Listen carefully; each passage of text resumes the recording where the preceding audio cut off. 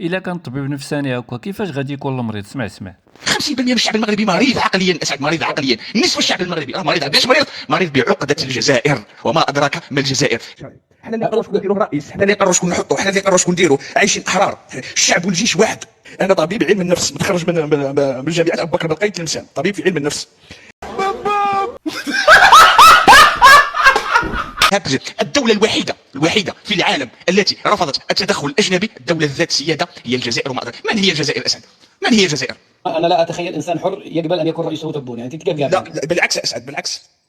الإنسان الحر هو من يقبل تبون أن يكون رئيس. زعيم تبون أخي العزيز أسعد، زعيم تبون، زعيم تبون راه يكافح من أجل الأمة العربية والإسلامية. ما فيش حريه في بلد ترتكب فيها عشريه سوداء، ما فيش. لا يمكن تكونوا احرار وقد قتل منكم في 10 سنوات ربع مليون بني ادم. المغاربة نجيب في ديتك أكلوا الحبير، أكلوا ياكلوا الخنزير، يأكلون كل شيء. السلام عليكم الخوت، يعني كلشي مزيان. اجا هو تشوف لي واحد الجزائري وشوشع الثاني يا خويا، وما تيحملش المغاربه يا خويا، حاقد على المروك.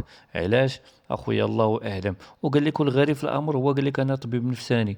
الا كنتي انت طبيب نفساني كي بيكون المريض صاحبي والحماقه صاحبي. اسعد الشرعي ما فهم والو، ولكن بعد له واحد تبعدي لا سانكساك. واحد الفيديو راه زوين بزاف، الا بغيتي تضحك تفرج في هذا الفيديو والله تشبع ضحك. وما تنساوش ديروا لنا التعليقات وتصنت لي هذا الكروغو اللي راه حاقد على المغرب. وديما مغرب طلا، ونتلاقاو في الاخر. لا تنسى الاشتراك في القناة وتفعيل الجرس ليصلك جديد أولا بأول.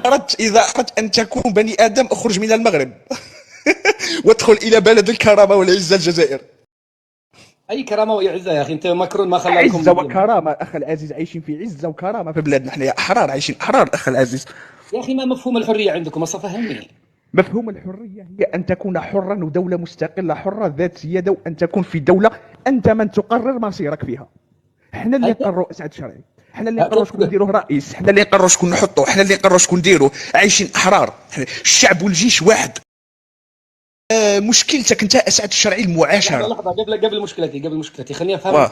امخمخ انا موضوع الحريه، لانه الحريه عندكم مو مفهومه. يعني انا لا اتخيل انسان حر يقبل ان يكون رئيسه تبون، يعني انت كيف قاعد؟ لا بالعكس اسعد، بالعكس. الانسان الحر هو من يقبل تبون ان يكون رئيس. زعيم تبون اخي العزيز اسعد، زعيم تبون، زعيم تبون راه يكافح من اجل الامه العربيه والاسلاميه. هذا هو. هذه شوف اسعد، هذه الحقيقه. صح اسعد. يا شوشع لحظه شوف. نعم يا شوشع، شوشع المغرب، نعم. لحظه اسمك شوشان اسمك كاكرا شوشان. هشام شوشان. هشام شوشان، خلاص نسميك شوشان، ابن عم شوشان. يعني نعم يا اسعد ابن عم شوشان. لحظه خليني اكلمك انت من العائله نتاعي. طيب لحظه يا اخي، شوشان تمام. ولا دوشان، المهم اسمك يا اخي شوشان، خلاص شوشان، انا بثبتك شوشان. هشام خلاص خليها هشام احسن. تبون مخلص لحاجه واحده فقط، ويشتغل لها ليل ونهار، ويعمل لها ويسهر من اجلها، ويسافر من اجلها، ويجي ويسهر ويتقبل الاهانات كلها من اجل البوليزاريو. لا مستحيل مستحيل. خذ واعطي. اذا انا تكلمت انت سد المايك، لما اقول لك خذ المايك يرجع لك المايك، لانك اول مره تاتي، فبالتالي لا يعني انت يمكن ما تعرفش القوانين الصارمه هنا. انت الرئيس تبون، انا ما عاد دريت انا هل ابراهيم غالي بيشتغل مع تبون ولا تبون بيشتغل مع ابراهيم غالي.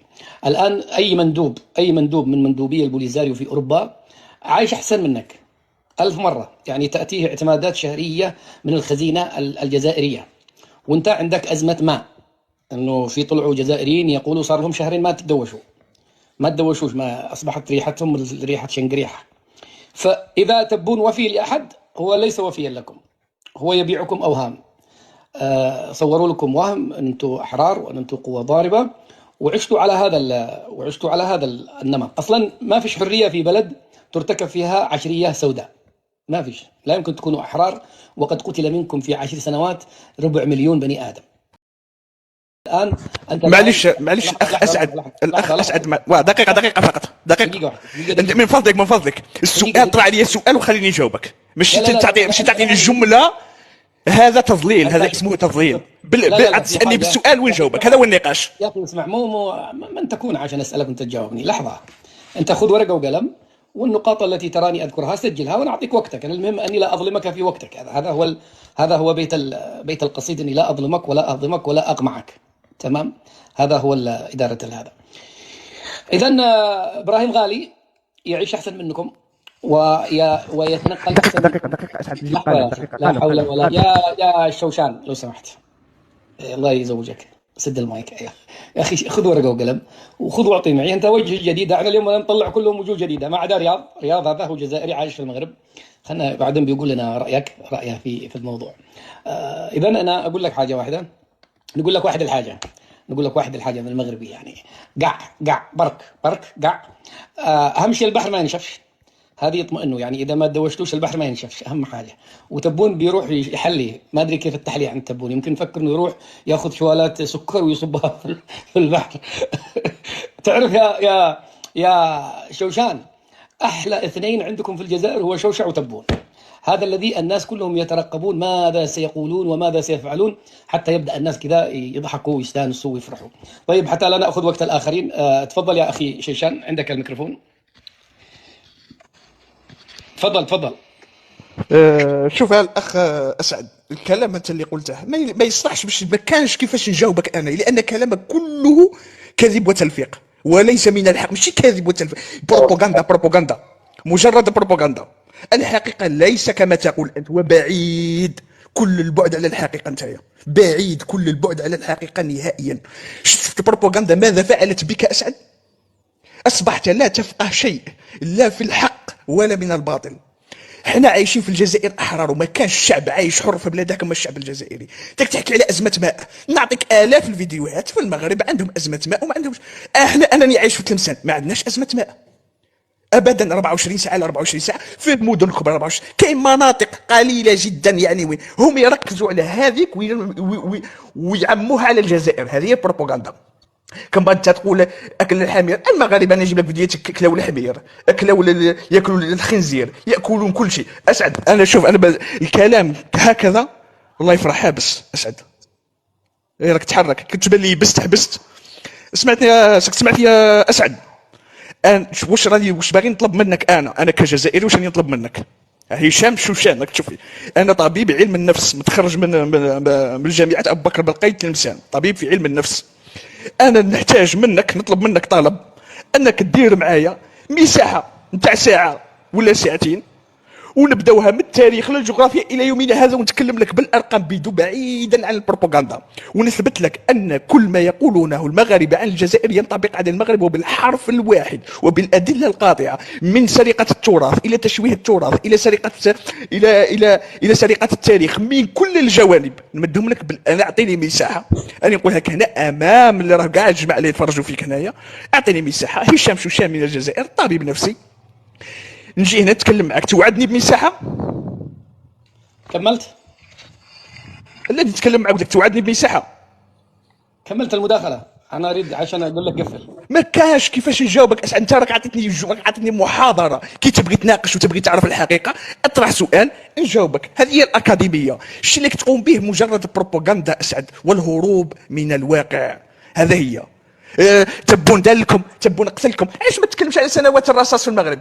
في التسعينات كان الشعب الجزائري والجيش الجزائري كان يحاربوا في الارهاب. راه كاين 70% من الارهاب اللي كانوا هنا في الجزائر كانوا اجانب، كان يدخلهم المغرب، من المغرب يدخلهم المغرب ويسلحهم ويوكلهم ويشربهم ويدخلهم الى الجزائر. التاريخ بالادله القاطعه يا اسعد. لماذا لا تتكلم عن سنوات الرصاص؟ الجيش الوحيد الذي قتل شعبه بالرصاص الحي، شعب اعزل، هو الشعب المغربي، هو الجيش المغربي، الجيش الملكي المغربي في سنوات الرصاص في الثمانينات.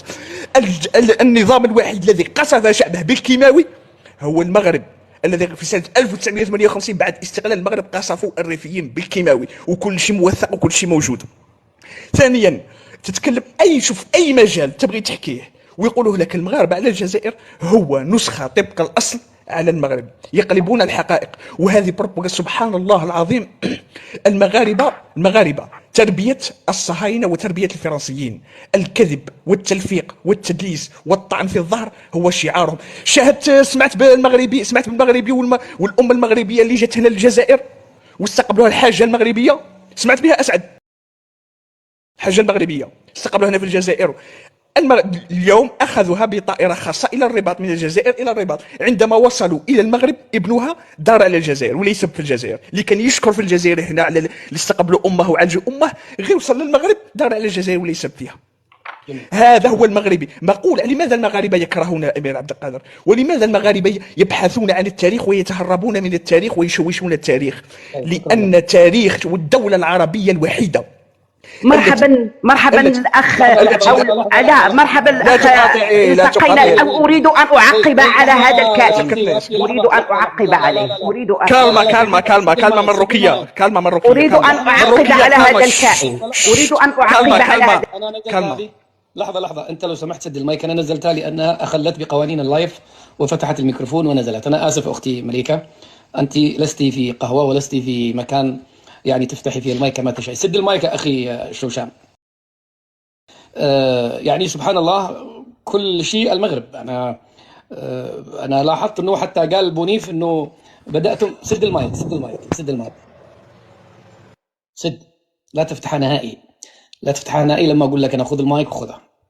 يعني انا كنت مع بونيف في لايف قبل يومين، قال ان من يحرقون الحرائق المغرب، وان من يسرقون المغرب في الجزائر طبعا، وأن من يسحرون هم المغاربة، وأن من يدخلون المخدرات هم المغاربة، وأن من يلعبون بعقول الجزائريين هم المغاربة، وأن من يتسببون في طلاق الجزائري لزوجته الجزائرية ويتزوج بدلها مغربية هم المغاربة.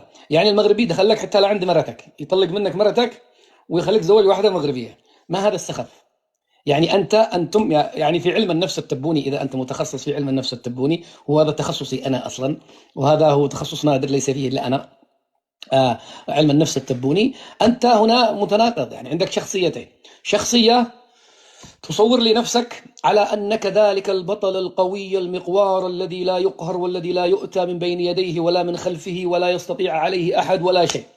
ومرة تصور لي أن الإنسان المغربي يستطيع يدخل لك لغرفة النوم ويلعب بعقلك ويلعب بعائلتك ويخليك تطلق مرتك ويحرق غابتك ويدخل لك مخدراتك ويهزك ويقسمك ويبهدلك كل شيء. فقد قلنا لكم يعني المشكلة الانفصام في الشخصية الذي لديكم مشكلة. يا إما وقلتم أنكم أبطال لا يستطيع المغاربة عليكم، ويا إما وقلتم أنكم مسخرة يتمسخرون بكم المغاربة ليل نهار لدرجة أنه يخليك تطلق مرتك كما قال بونيف بالسحور المغربية يخليك تطلق مرتك.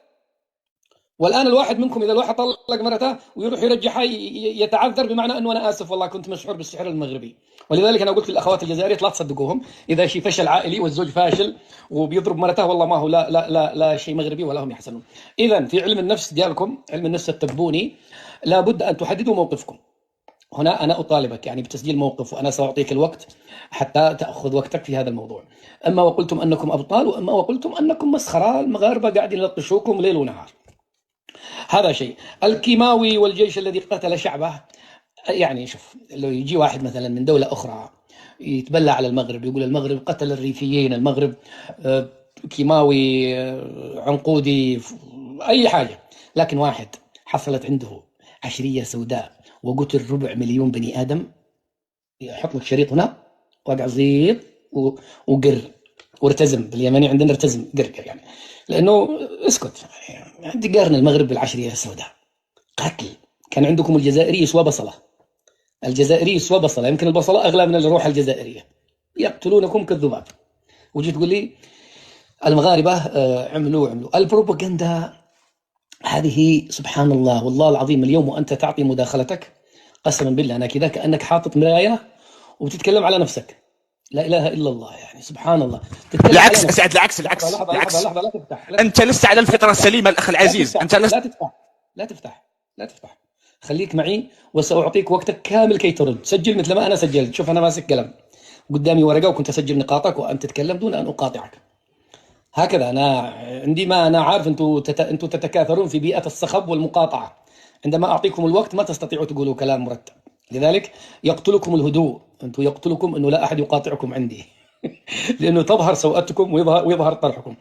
وأنت تأتي بالمداخلة كأنك تنظر إلى نفسك في المرآة وتتكلم عن نفسك. البروباغندا أكبر شعب مستحمر في هذا الكون ومستبغل بالبروباغندا وبالتضليل الإعلامي وبالقوة الناعمة وبالوهم. يا أخي سد هو الشعب المغربي. سد المايك. شوف هذا آخر إنذار. إذا فتحت بتنزل، وإذا نزلت لن تطلع مرة أخرى. شوف لك وقت 4 دقائق، أنا أعطيك 4 دقائق ترد علي.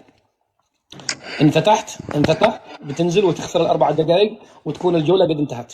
تمام؟ سد المايك لو سمحت، سد المايك. إذن الشعب العاطفي والذي يتأثر بالشعارات و1.5 شهيد ونحن أبطال ويا فرنسا قد مضى وقت الخريط ونحن قوة ضاربة عرض الحائط ونحن القارة ونحن الذين الجزائر إذا حركت رجلها اهتز الكرة الأرضية ونحن الذين قوة لا يأتينا أحد ودماؤنا شربت، حتى الطيور عندكم مجاهدة، حتى الأشجار مجاهدة، حتى قنينة الكوكاكولا مجاهدة، كل شيء عندكم مجاهد. بالله عليك، هل رأيت شعب مستحمر لدرجة أنه يقول إن الطائر البلارج يعني يقاتل معنا وحاكمته فرنسا؟ في استحمار وفي بروباغندا وفي تضليل إعلامي أكثر من هذا.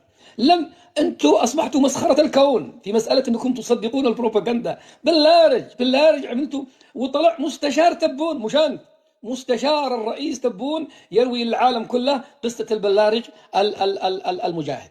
شعب يستحمر ويستبغل لدرجة أنه يصدق أن هناك طائر مسكته فرنسا وحكمت عليه بالإعدام. هذا شعب مو بروباغندا بس ومو مضلل إعلامي، شعب مستحمر مستبغل مع مرتبة القرف، وتأتي وترمي باللائمة على آخرين والبروباغندا والكذا. أنت عايش وهم، تعرف أنك عايش وأنت طبيب نفسي، أنت طبيب نفسي كما تقول، أنتوا عايشين كذبة، يعني حياتكم مجرد كذبة وحياتكم مجرد خدعة.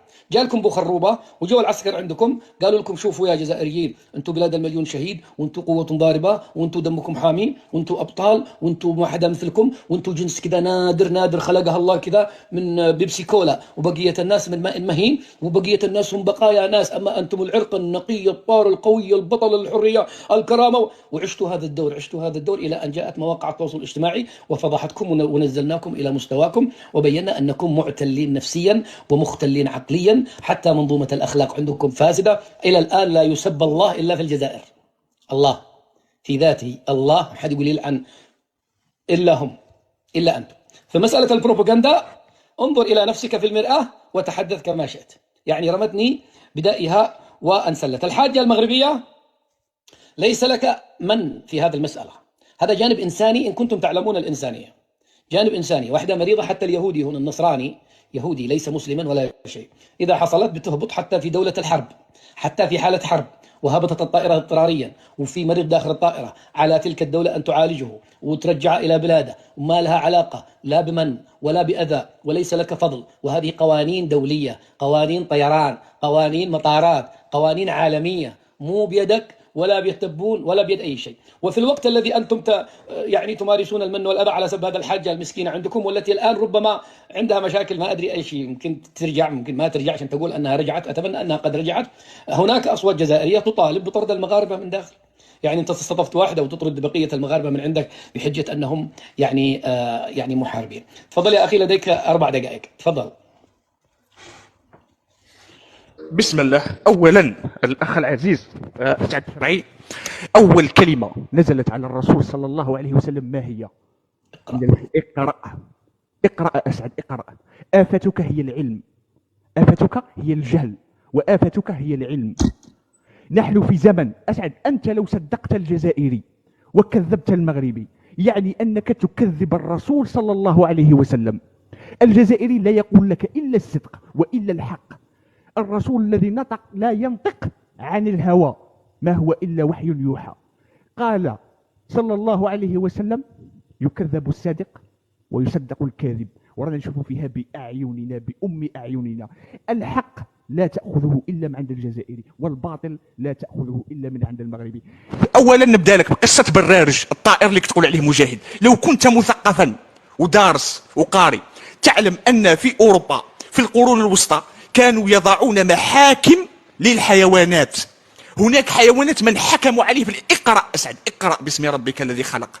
وفرنسا أعدمت ذلك البرارج اللي تقول عليه لأنه مزق العلم الفرنسي. قصته واضحة، قصته باينة. حاكموه لأنه مزق. كانوا يقومون بمحاكم للحيوانات، أعدموا خنازير، أعدموا أسد، أعدموا. قرأ التاريخ، تاريخ أسعد قرأ. ثانيا تحكي على حكينا ثاني النقطة الأخرى على العشرية السوداء. العشرية السوداء دفع ثمنها الجزائريين، وكان الثمن هو إقامة دولة فلسطين على أرض الجزائر 88. اتحدت إيران التي فتحت لها في 91 المغرب سفارة في وجدة من أجل دعم الشيعة هنا في الجزائر. المغرب فتح التاريخ، أنا أحكي لك التاريخ. كل إرهاب 15 جنسية من كل العالم، من باكستان، من أوزباكستان، من كل، جابوهم للمغرب وكلوهم وشربوهم الآلاف. هذاك 250 ألف جزائري اللي ماتوا دفاعا عن بلدهم، جيش وشعب. ماهوش 250 ألف لا يحكي لك تحكي عليه انت، الشعب بأكمله، جيش والشعب توفي 100 ألف وليس 250 ألف، 100 ألف. هذيك 250 ألف فقط رقم ما زادوه من عندهم من يريد تشويه صورة الجزائر في حرب على الإرهاب. الدولة الوحيدة في العالم التي رفضت التدخل الأجنبي، الدولة ذات سيادة، هي الجزائر. وما أدرك من هي الجزائر أسعد؟ من هي الجزائر؟ آفتك الجهل، ما راكش قاري أسعد. من أجل هذا يستحمرونك بكل سذاجة، وبشهادة المغاربة وبشهادة حتى الجزائريين. أنا لو كان نسألك ما هو الفرق مثلا، أنا نعطيك سؤال جاوبني بنعم أو لا ونكمل لك الحديث تاعي. أكبر أنبوب غاز يمر من إفريقيا إلى فرنسا هو أنبوب الغاز الجزائري فرنسا، أكبر أنبوب. هل تعتقد أن كل ذلك الغاز كما كان يقول المغاربة كل ذلك الغاز تأخذه فرنسا مجانا؟ نوريك بروباغندا ما هي، نعلمك بروباغندا المخزنية ما هي. هل تعتقد أنها تأخذها مجانا؟ نعم أو لا؟ وخليني نكمل. ما هو اعتقادك؟ سير كمل. ما هو اعتقادك؟ كمل. أنا لا جاوبني نعم. لا كمل. أنت من كنت تقول أن الجزائر تمنح الغاز مجانا، يعني هذه أضحوكة، هذه بعد راها أضحوكة العالم هذه، أن الجزائر تمنح الغاز مجانا. هذه ليست المغرب هي من تمنح كل خيراتها مجانا. أموال الشعب المغربي كلها منهوبة. الشعب المغربي يعيش في الجوع والقهر. مليون مغربي راه هنا في الجزائر عايش هروبا من المجاعة والذل في المغرب. هذه حقيقة، وانعدام الكرامة في المغرب. الإنسان المغربي ما عنده حتى قيمة، ما عنده حتى قيمة أسعد. الإنسان المغربي لا في العالم ولا في المغرب ما عنده لا قيمة ولا كرامة. الجزائري واحد قتل في فرنسا حرقوها. هذه قيمة الروح الجزائرية. المغربي قتلوا مغربي، الشرطة قتلوا في 2014، قتلوا مغربي في كأس العالم. شوهوا صورة الملك بأكمله. في إسبانيا علقوا صورة قذرة. وعقدة المغاربة من الجزائر يخرج لك سنايبي، اسمه سنايبي، يقول لك لم نرى ولا جزائري دافع على الملك، وإحنا ما شفناش ولا مغربي واحد دافع على الملك. في بلد أكبر جالية فيها هي الجالية المغربية، لأنهم يعلمون أنهم المغاربة لم يكسبوا من الصهاينة سوى الجبن والكذب. روح اكتب في جوجل أسعد، في جوجل، نتحدى كاع المشاهدين تاعك اللي راهم، روح اكتب في جوجل كلمة أخيرة 10 ثواني. اكتب في جوجل أكبر شعب كاذب ومنافق في العالم. أتحداك وأتحدى كل المشاهدين واللي راهم هنا عندك، سوف يخرج لك مباشرة الشعب المغربي. هذه في بريطانيا في أكبر معهد للبسيكولوجيا يجتمعوا كل علماء النفس، هذا دراسة تكلم عليه حتى الإعلام المغربي. قال لك لماذا صنفونا وحلوا النفسية تاع المغرب. 50% من الشعب المغربي مريض عقليا أسعد، مريض عقليا. نصف الشعب المغربي راه مريض. باش مريض بعقدة الجزائر. وما أدراك ما الجزائر؟ قبلة الثوار، مكة الأحرار، حامية الحمى وحامية الدين، وقاهرة الصهاينة وكلابها الذين يتنابحون علينا. شكرا. سد المايك. هما دولك فيل في وجهك. خرطوم. سد المايك. آفتك الجهل، لا تنسى أن اقرأ. سد المايك. هل ستبقى أو لا؟ لحظة، سد المايك لو سمحت. سد المايك. أي إذا فتحت المايك ستنزل. شوف، أنا تركتك تقول وتنظر إلى نفسك في المرآة. سبحان الله، قلت لكم لا شيء يمكن أن يفهم من كلامه إلا أن تقلبوه رأسا على عقب. يعني الرجل يتحدث عن نفسه في المرآة تماما. عقدة النقص، عقدة الدونية، البروباغندا، كل هذه الأمور. يقول لي اقرأ. يا أخي ما أنا بقارئ يا جبريل. سد المايك لو سمحت. سد المايك يا أخي، سد المايك. الله يرحم والديك. خليني أنزلك وبعد أرجعك مرة ثانية، لأنك يعني تقاطعني كثيرا. يعني هو الرجال حسمها، قال الحق ما نطقت به الجزائر والباطل هو ما نطقت به المغرب. إذا خلاص رفعت الجلسة. ما عاد في داعي نناقش. وش تناقشوا لكم شوشان؟ ما عاد تناقش. خلاص الحق ما قالته الجزائر والباطل ما قالته المغارب ورفعت الجلسة. وهل لديك أقوال أخرى؟ أسألكم بالله هذا ناس اسوياء يا جماعه. هذول ناس يعني بعقولهم، يعني يفكرون بعقولهم. وشوف احيانا العقليه الذهنيه الجزائريه هي يعني مثل الذي تبيع الهواء في دبي. يعني مثلا تجي الواحده بائعه الهواء، بائعه هواء شغاله في فندق، تقول لها يا عاهره، تقول انا الا الشرف ما في احسن منه، يا عاهر يا فاسق يا كذا. هؤلاء نفس الشيء.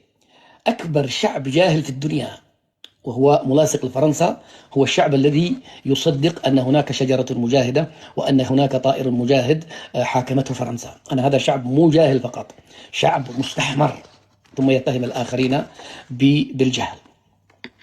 الباطل هو ما قالته المغرب. الإعدامات عادي، يقول لك فرنسا أعدمت طيور وأعدمت خنازير وأعدمت حمير وأعدمت بقر وأعدمت جزائري.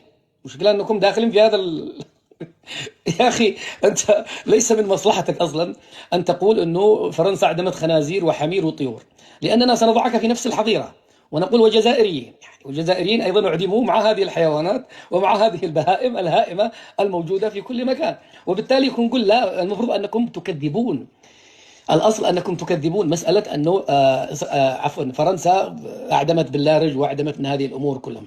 والله يا جماعة أنه خلط مضحك جدا. تخيلوا العشرية السوداء، تعرفوا ما سبب العشرية السوداء؟ هو يربطها الآن بأنه قال بعد العشرية السوداء ضحينا من أجل القضية، يقول ضحينا من أجل القضية الفلسطينية، هكذا يقوله. وليس علاقة ولا يوجد رابط أبدا بين العشرية السوداء والقضية الفلسطينية ولا أي شأن خارجي. انقلاب على الشرعية يا أخ أسعد. لو سمحت يا أخي، لو سمحت دقيقة. يعني العشرية السوداء سببها أن الإسلاميون فازوا في الحكم، بس يعني شأن داخلي ليس له علاقة بفلسطين ولا حاجة. والرجال قال نحن ضحينا من أجل فلسطين وقدمنا وفعلنا. ما فيش حاجة يا أخي، أنتوا عملوا لكم انتخابات، فازوا الإسلاميين، قتلتموهم وصفيتوا كل المخلصين. ولا أدري هل السؤال الذي دائما نكرره يا جماعة، ولا جزائري رد علينا من هؤلاء كلهم، هل من ماتوا في العشرية السوداء من الجزائريين بأيدي جزائريين شهداء ضمن الشهداء ضمن 1.5 مليون شهيد؟ أتحدى أي جزائري يطلع يقول لنا يا جماعة، نريد واحد جزائري يطلع يقول لنا هل من قتلوهم العسكر، هل الجزائريون الذين ماتوا في العشرية السوداء 4 مليون بني آدم والذين قتلوا برصاص العسكر يعتبروا شهداء؟ إن قلتم لا، لماذا لا؟ هم شهداء مظلومين قتلوا، كانوا يجوا للبيت وصفوا الأسرة كاملة العسكر حقكم. وإن قلتم أنهم شهداء فعليكم اليوم أن تطلعوا بصوت مرتفع وتلعنون من قتلوا الشهداء في العشرية السوداء، تطلعوا تقولوا على لعنة الله على العسكر الذين قتلوا الشهداء في تلك العشرية السوداء. تعليق صورة الملك، وهذا أسلوب همجي، لذلك المغاربة لا ينزلون إلى مستواكم. أنتم فعلتموها قبل الأسبان وعبثتم بصورة ورقة للملك محمد السادس وعبثتم بها في شوارع فرنسا. لم نجد ولا طفل مغربي بادلكم بنفس الاسلوب وراح عمل لكم جاب صوره تبون وداسها على الارض. وهذه مشكله انه هذا مستواكم وتلك مستواهم، وهذه هي عقده النقص الذي انتم تعانون منها. يلا الخوت، وصلنا لنهايه الفيديو. ولا عجبك الفيديو ما تنساش دينا واحد اللايك وواحد التعليق، ولا ما كنتي اشترك معنا في القناه باش يوصلك اي جديد. كما شفتوا يا خويا، هذا قال لك اسيدي الطبيب نفساني، اما المريض ما عرفنا كي غادي يكون. والله العظيم في شكل هذا اللقطه هذه كي بيكون الاستاذ، كي بيكون المعلم، كي بيكون الا كنتي انت طبيب نفساني ودير هكا يا خويا وتتخرط، كي بيكونوا هذوك اخويا. والله الا باز ليه وجهو قاصحه صاحبي. الدراري عطيونا الراي ديالكم كي جاكم الفيديو، ما تنساوش لايك وديما مغرب، ونتلاقاو فيديو اخر ان شاء الله. تهلاو.